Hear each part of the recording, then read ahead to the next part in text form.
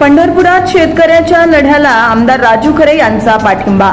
अन्नदात्यासाठी अन्नत्याग आंदोलनात सहभागी।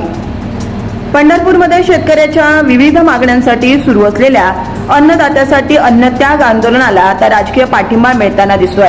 राष्ट्रवादी काँग्रेस शरदचंद्र पवार पक्षाचे युवा नेते आणि कर्जत जामखेड विधानसभा मतदारसंघाचे आमदार रोहितदादा पवार यांच्या आंदोलनाला पाठिंबा देण्यासाठी आमदार राजू खरे यांनी आज प्रत्यक्ष उपस्थिती लावत आपला जाहीर पाठिंबा व्यक्त केला। राज्यातील शेतकरी सध्या गंभीर आर्थिक संकटाचा सामना करतोय। शेतीमालाला अपेक्षित भाव मिळत नसल्यानं आणि उत्पादन खर्च वाढल्यानं शेतकरी अडचणीत सापडलाय।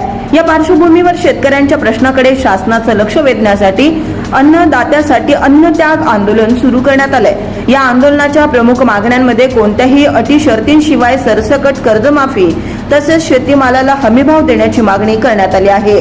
यावेळी आमदार राजू खरे यांनी सांगितलं की अन्नदाता सुखी असेल तरच राज्य आणि देशाची प्रगती शक्य आहे। शेतकऱ्यांच्या न्याय हक्कासाठी सुरू असलेल्या या लढ्याला माझा संपूर्ण पाठिंबा असून शेतकरी बांधवांच्या पाठीशी मी कायम उभा राहीन असं आमदार राजू खरे यांनी सांगितलं। दरम्यान शेतकऱ्यांच्या मागण्यांवर शासन काय भूमिका घेणार याकडे संपूर्ण राज्याचं लक्ष लागलं आहे।